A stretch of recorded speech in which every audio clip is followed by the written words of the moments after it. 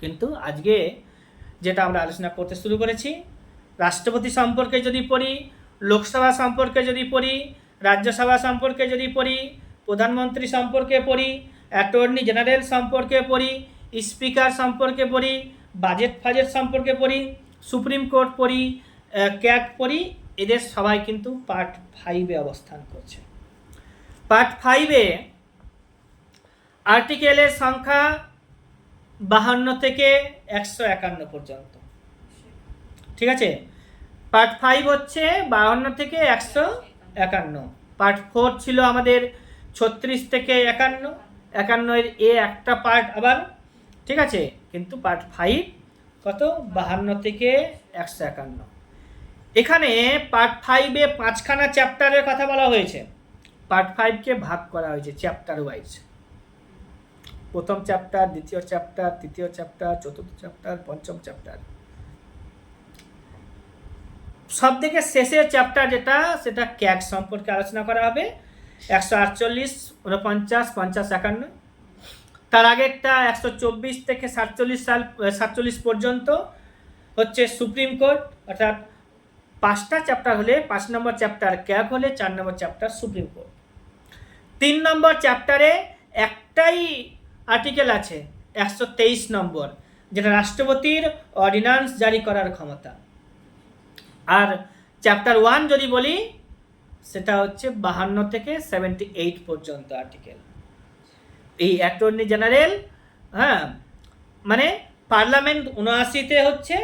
তো আমাদের চ্যাপ্টার 1 78, 78 পর্যন্ত, 52 থেকে শুরু, 78 পর্যন্ত, 52 থেকে 78 পর্যন্ত প্রথম চ্যাপ্টার।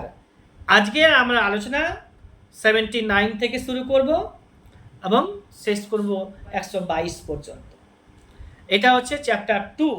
চ্যাপ্টার 3 বুঝে গেলাম, একটা শুধুমাত্র আর্টিকেল 123, আর 24 থেকে 147 পর্যন্ত আমরা জানি ভারতের সুপ্রিম কোর্ট।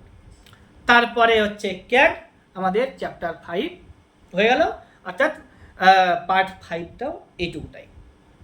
এবার তাহলে পার্ট 5-এ 52 থেকে 78 পর্যন্ত যাদেরকে পড়তে হবে, এক্সিকিউটিভ হেড পড়েছি আমরা, যে প্রেসিডেন্টকে বলবো, তারপরে ভাইস প্রেসিডেন্টও এখানে পড়ছে, কাউন্সিল অফ মিনিস্টার্স, যেগুলো রাষ্ট্রপতিকে সাহায্য করার জন্য গঠন করা হয় পার্লামেন্টের বোথ হাউসে, রাষ্ট্রপতিই তাদেরকে অ্যাপয়েন্টমেন্ট করে।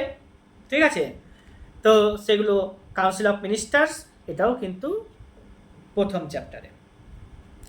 প্রথম চ্যাপ্টার আরও পড়তে হচ্ছে কি, অ্যাটর্নি জেনারেল অফ ইন্ডিয়া। ঠিক আছে, conduct of the government business আর ডিউটিস অফ প্রাইম মিনিস্টার, এগুলো আমরা পড়ব কিসে? চ্যাপ্টার 1-এ।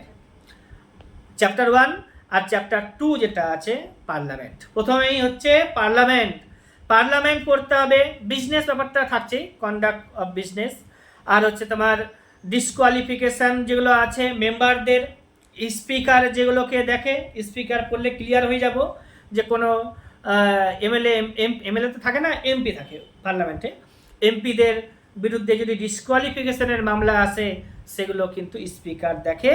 ওই জন্য ডিসকোয়ালিফিকেশন ব্যাপারটা এখানেই রয়েছে, বা 79 থেকে 122 এর মধ্যে।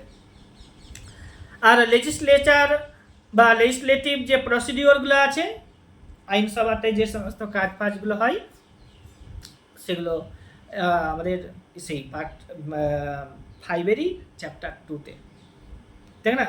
তো আমরা এই কটা যে আছে পার্লামেন্ট, তাও ডিসকোয়ালিফিকেশন মেম্বার, অর্থাৎ এখানে স্পিকার পড়ব, হ্যাঁ, রাজ্যসভা লোকসভাতে যারা যোগদান করে তাদেরকে পড়ব।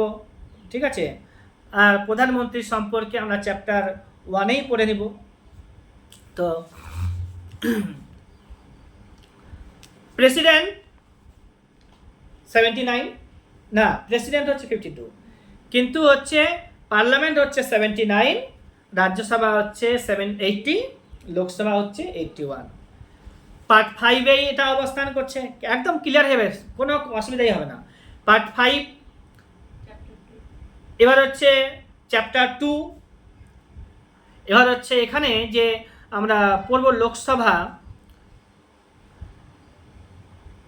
এখানে আরেকটা লাইন পড়বো আমরা, যে রাষ্ট্রপতি কিন্তু রাজ্যসভা এবং লোকসভার কি নয়, রাষ্ট্রপতি লোকসভা এবং রাজ্যসভার কিন্তু সদস্য না, কিন্তু অবিচ্ছেদ্য অংশ পার্লামেন্টের। ওই জন্য প্রশ্ন পরীক্ষাতে হয় পার্লামেন্ট কাকে কাকে নিয়ে গঠিত হয়। আর আর কখনোতে ভুলবে না। লোকসভা 81-এ এই লোকসভার আদার্স নেমগুলোও আছে, আমি পিছন দিকে বোর্ডেও লিখেছি যে এটাকে হাউস